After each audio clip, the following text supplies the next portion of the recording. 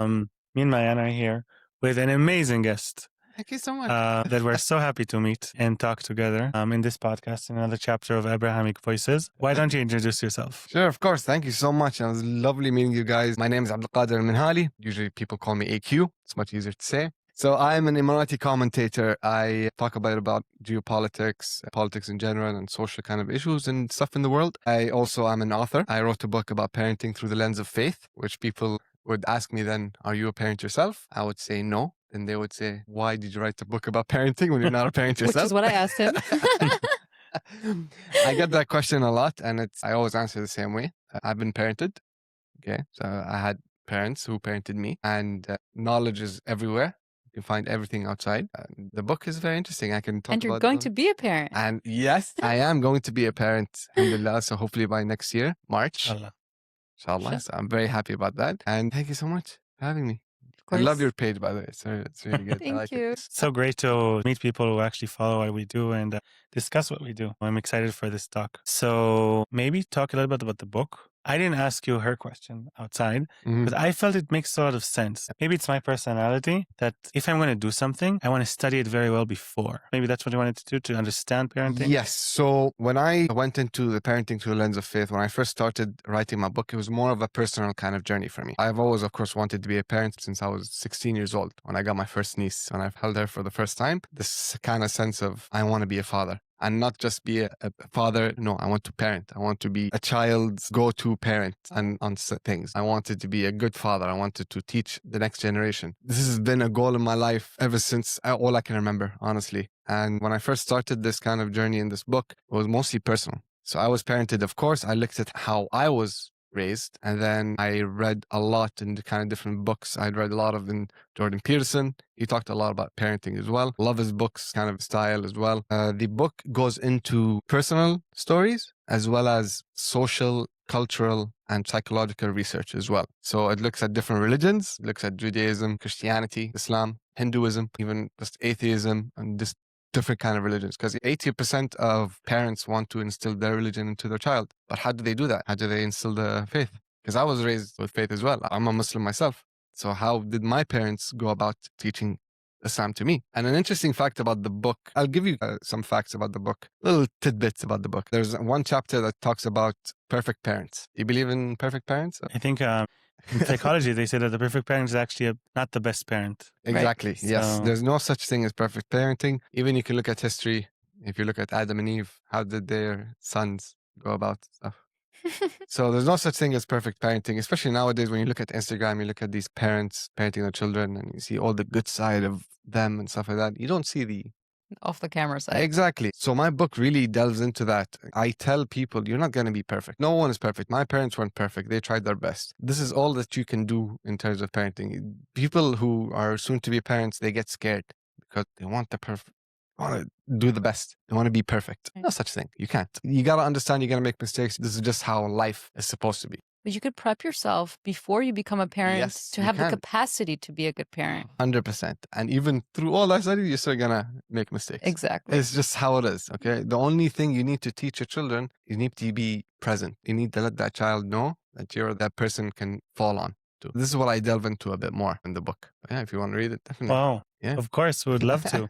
Maybe you can show our viewers like Yes. your book.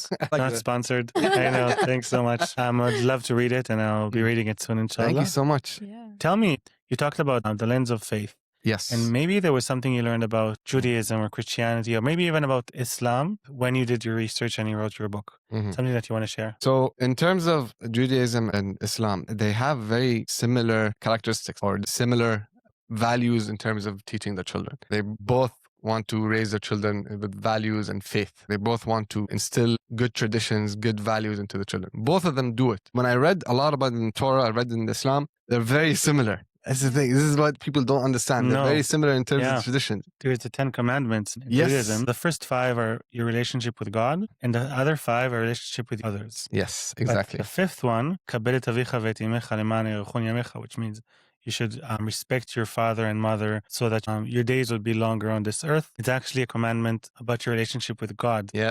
And then if you look at Arabic proverbs like الأب هو الرب. It has this similarity. Yeah, what you just said is exactly the same thing when I was brought up in terms of Islam as well. It's Yeah. the same wordings you did was the same wordings I got in terms of my parents as well. So it's very similar in that case. It's very interesting. I want to ask you guys this question, if you don't mind. I mean, you were raised all your life in Israel, maybe in America as well. I was born in Israel, Yeah. and around 4 years old, my family moved to the U.S. What thought process when you were growing up in terms of the Arab world? What was your vision, or what did you see when you were growing up? I would say that, unfortunately, we were taught to be afraid of Arabs. I think not because the people that taught me that weren't bad people. It's just that they didn't know. They were ignorant. And that's because of misinformation. And that's how I grew up thinking or believing. And So then when was the time actually you switched that a bit? When was the time you wanted to learn more? I think it's when I got a bit older and then I started realizing, so I'm part Iraqi, part Afghani, Yeah. part Yemenite, and part Polish. Very unique.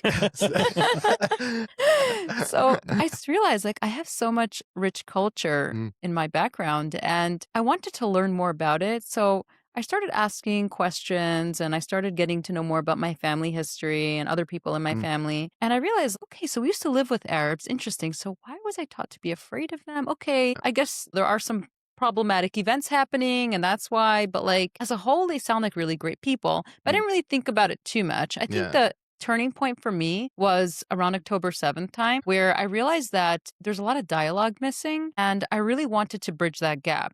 And I think that the next level of inspiration came to me when I came to the UAE and I realized what's going on here. I had no idea. People don't have that kind of idea about the UAE. don't. They really They don't. I like to travel a lot and I've noticed a lot of people when I speak to them, they don't know much about the UAE. Yes, they really don't. And even I didn't, even though I heard about it, I didn't see it and experience it live. So even though it sounded great on paper, you have to be there, you have to experience it. Yeah. And this is my third time in the UAE. And I can tell you, I feel like family here. I'm really glad you do. I actually have an interesting story with that. Even me growing up, when I think about, let's say, Israelis or Jewish people, I didn't think much of them. I didn't really like them when I was growing up. Because, of course, the media, what you see in the news and stuff like that, they're always pushing the kind of anti-Semitism hate in the news. I think the turning point in my life were when I visited France and a person came up to me and just said hi to me and started talking to me. It was a woman, basically. She was talking to me and she was very nice, respectful. I was talking to her and she tells me, "Where are you from?" Like, "Oh, I'm from the UAE." I asked her, "Where are you from?" "I'm from Israel." I'm like, "Huh? What?" And I'm looking at her and she's like, "Yeah, so?" "I'm Arab." I'm like, "Yeah, so?" She says to me, "Yeah, so?" I was like, "You don't hate me?" I'm like, "No." She's like, "No, I don't hate you." Then why did I have that mental image in my head about Israelis hating Arabs and stuff like that when this person is already speaking to me respectfully? I've met Arabs who spoke with me very disrespectfully. So I had that image in my head. Why do I feel that way? So I started researching a lot about that. And it's very interesting. Jewish have a lot of traditions similar to the Muslim world as well. You guys were here in the Middle East as well. I learned a lot. Wow. Do you know something interesting? What? That out of our 7 holidays, you guys have 4 similar holidays to ours. Something we heard from the people who run Emirati Scholar. Yes. They say they always ask us about this, but we still want to understand how they exactly put the similarities. But I can share you some stuff that I researched. Yeah, so what Sure. were those holidays? Actually, I'm curious. He actually is more well versed in it, so I'll let him go I don't know if that's the version of the Emirati Scholar. We'll leave it for them. reading them. We're not quoting them. Right. Just the idea is very nice. I'll say that مثلا you have Shahr Ramadan and Mubarak. Yeah. So Jewish calendar is actually very similar to the way you use the months in Arabic, like Elul, Tammuz, Ab. Okay. That's Jewish months. Yeah. So Elul is a Jewish month. Yeah. Tishrin, we have Tishrei. Yeah. Ab, we have Av. Tammuz, we have Tammuz. So every time I hear Hebrew, I think Arabic. It's Arabic. I think Arabic. I know don't it's a lahja. It's a different dialect of Arabic. It's literally the I heard different you dialect. guys speaking Hebrew as well. I'm in my head like you guys are speaking Arabic. gives- You would definitely Yeah. learn Arabic very fast. Hebrew Yeah. speakers have it the easiest with Arabic and vice versa. Arabic speakers have it the easiest with Hebrew. Anyways, so Shahar Elul in Judaism is actually about asking for forgiveness. And it's these holiest days before a new year starts. Doesn't that sound similar to That's something? very Very similar. Also, Ramadan is the Shahr. It's the hottest month in the year. Before, in the Jahiliyyah times. Elul is the hottest month of the year. It's August. yeah. So, I don't know. Just putting it there. There's a lot of similarities. You can put the connections. That's not a holiday per se. It's a holy period also in Judaism and also in Islam. We have Yom al-Ghufran. It's the 10th day after the beginning of the year. You guys have Yom al-Ashura, the 10th day of the year. That's very close. Yeah. See, there's so many. The I don't know Shavuot. what's Shavuot. I don't really. We have to ask them how they see the connection. Maybe I'm missing something here. But they saw some connection between Shavuot and I think they said Eid al-Adha, but I'm not sure. Okay. So may I ask, Sure. 5 years ago, Abrahamic Accords, what goes through your mind? See, I have to answer your first question first, and then it will answer the second one as well. Because you asked me, how did I feel growing up in Israel? Please, I would love to hear your thoughts. I was born in Haifa. Okay. People don't really know Haifa. It's the third largest city in Israel. Everybody knows Jerusalem, Tel Aviv. Haifa is this secret city that, first of all, has a lot of coexistence and tolerance. And I think it's the best city. My wife disagrees with me. Today I live in Jerusalem, but growing up in Haifa, Jews and Arabs live very peacefully together. For me, it was very obvious that my father's accountant business is a business shared by an Arab and a Jew. It's not even something you talk about. Just that's how it is. And you have schools that teach bilingual, like the languages, they teach Arabic and Hebrew. I studied a little bit of Arabic when I was in school. My classmate, we had like 10% Arabs. You have Jewish people living in Arab neighborhoods and other way around. Everything is very mixed. It's not weird for me to hear Arabic, to see an Arab, to hear Arabic. We have mosques, we have churches. You know also what we have? You see, everybody talks about the places that have a conflict, but there is a place of worship in Haifa. It's called the Cave of Elijah. So Elijah is also a prophet in Islam. Druze have a lot of connection to it. Jews, Christians, Muslims. You should just come in. Have you ever heard of the Cave of Elijah? I actually haven't. See, it's not on the news because everything's fine. When people pray from all faiths, just go and pray there. Nobody talks about it. It's sort of a mini Abrahamic place of worship. Because it doesn't cause conflict. That's why. So it can't be in the news. The thing is, people don't realize as well there's mosques in Israel. And the thing is, even for me, when I advocate for Abrahamic Accords, when I advocate that the UAE has churches, synagogues, even a Hindu temple, I get a lot of hate from very conservative religious Muslims who say you cannot build those kind of temples or stuff like that in an Islamic country. So in my head, I'm like, okay, but Israel, it is a Jewish state, has mosques. Is that okay? And I hear them through the night too. Yeah. This is the thing. So why are you mad at that? But it doesn't compute with me, like in my head. That's the thing. But I would love to visit the cave, but you just... Oh yeah, you definitely should. Definitely. There's another place. There is a place in Shfa'am. It's a city that has actually a lot of Jewish history. As well as in Hebrew, it's Shfa'am. In Arabic, it's Shfa'am. They say it's called Shfa'am because Umar bin al-Khattab came there and he was a little bit sick. And then he drank from the water and he shafa. So Shafa'amir, that's the etymology. Yeah. So it's like this one street where you have a very old synagogue, you have a church, you have a mosque, and you have a khilwa, which is the place of worship for the Jews. And let's say 2 blocks away. So there's no more Jews in Shafa'amir. They used to be until 100 years ago. Okay. But they left. One left for his own reasons. The last Jew gave the key to the synagogue to the Muslim neighbor across the street, and their grandsons, granddaughters, they take care of the synagogue. And if you want to go in, you have to ask for their permission. They give you the key, and you go inside. You never hear these stories. Nobody hears about this stuff. That's why we're sitting here and talking about it, because otherwise people wouldn't know. Yeah, that's very nice. Actually, you never hear these kind of stories. There's coexistence things. You just hear always the hate. I mean, of course, we all know hate really spreads faster in the news nowadays. You don't see the good sides of things. Nothing's perfect. No country is perfect, but there's inspiration to take from every place. Yeah. The UAE really resembles that. It takes inspiration from almost every country in the world. So we're taking it back home. Of course. We can bring some from ours. Countries can really learn a lot from each other. Trying to spread light and not darkness. And I feel like it's so easy to get sucked into darkness and to evil. Yeah. And that's why the news, what sells is all the evil stuff and all the dark stuff and the stuff that causes people anxiety, just like watching and listening, because that's what's addicting. That's what's like gets their blood pressure going. It's like, oh, this is exciting. Oh my gosh, what's going to happen next? Yeah, true. But if we slow down and we look at stories like you just said, and we look at small details about our similarities and things we do relate on, we could be sitting and eating hummus all day together. Yeah. Everyone wants peace. They do. A lot of people, of course, are evil and they want... and brainwashed. Yes. Yeah. Brainwashed, Most people want peace. They want to live they want to live peacefully. How to do that is this different kind of thought process to it. So they have a brainwash thing. You give us an idea of how we can do that. How we can do that? Yes. I mean, we've already started with Abrahamic Accords. That's one way. It's definitely one way. It changes the thoughts on how the Arabs work with Israelis or Jewish people. And how's that experience going? It's going 100%. I mean, look, no country is perfect, of course, with what happened in Israeli-Palestine. It's horrible. Even October 7th was just horrific, honestly. We still have the Abrahamic Accords. It's still there. The agreement is still there. Even if we condemn, like a lot of attacks the Israeli does, we condemned as well Hamas. We classified them as terrorists. But we also condemn some attacks that Israel does, the decisions they do. That doesn't mean we're against Israel. No, we still have the Abrahamic Accords to have a peaceful future. Right. You know? And we open trade not because we normalize it fully. Like, it's not to the terms we agree fully with Israel. No, we normalize because it's still a country, it's still developing, and we can have negotiations, we can have talks about sort of things that has peaceful results. We could build together. Exactly, 100%. Yes. And you know what? I think the UAE opened up a real door here with the Abraham Accords. It was mind-blowing to everybody in the world, I would say. Yeah. So I think that the more countries that get inspired to come together and sign up to the Abraham Accords with the UAE, with Bahrain. Now we have Kazakhstan just joined. Yeah.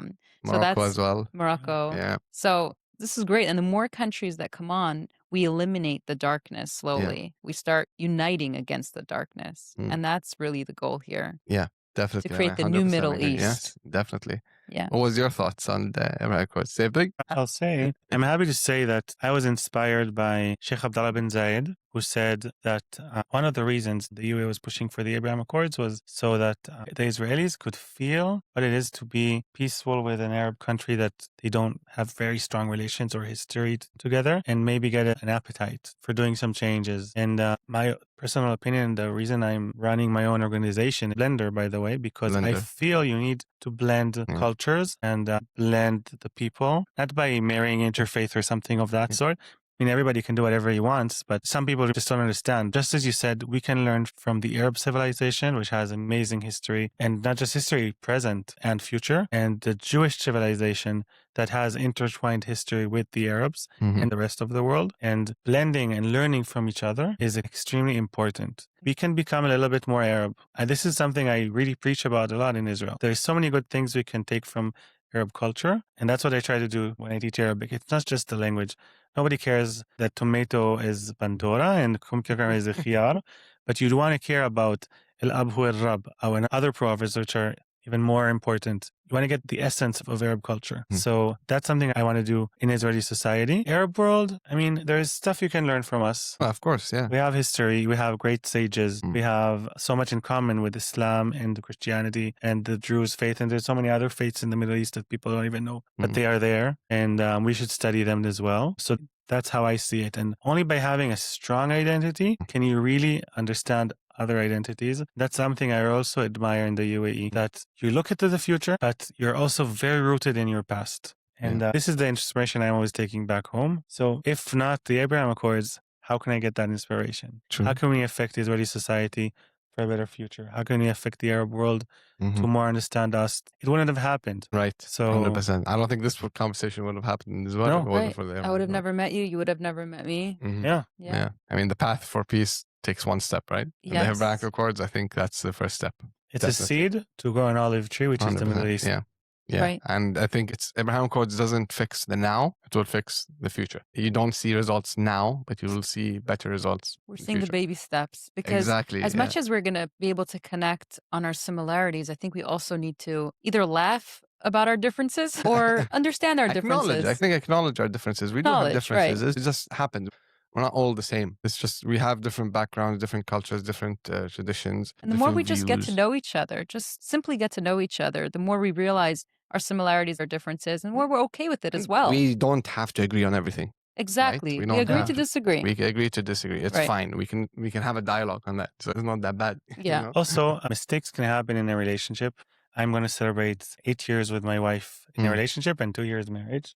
3 years almost. Wow, time flies. Listen. It's because we're having such a good time. The time flies. In any case, there are some misunderstandings, but you want to learn from each other and become better. So that's one way of seeing it. Another way to see it is like this peace thing is a new baby that was born. And sometimes it falls when he tries trying to walk. need to parent it. You need to parent it and you need to take care of it.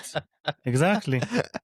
I love that. And then baby steps, and it's going to Baby steps, fall, and yes. it's going to start teething, and it's going to cry. It's gonna cry. Teenage years, tantrum a bit here and there, but it's gonna get there. I think it's gonna get there. So, yeah. Yeah, we need patience. Patience, yeah, patience is key. And try to bring more people together. Mm. That's what's important, to Yeah. really have people sit together just like we're doing today and having these kind Just of have a dialogue, conversations. conversations. Absolutely. Conversations really help, honestly. Yeah. All you do is تعرف. talk. Mm. You want them to really get to know each other. Yeah, 100%. Yeah.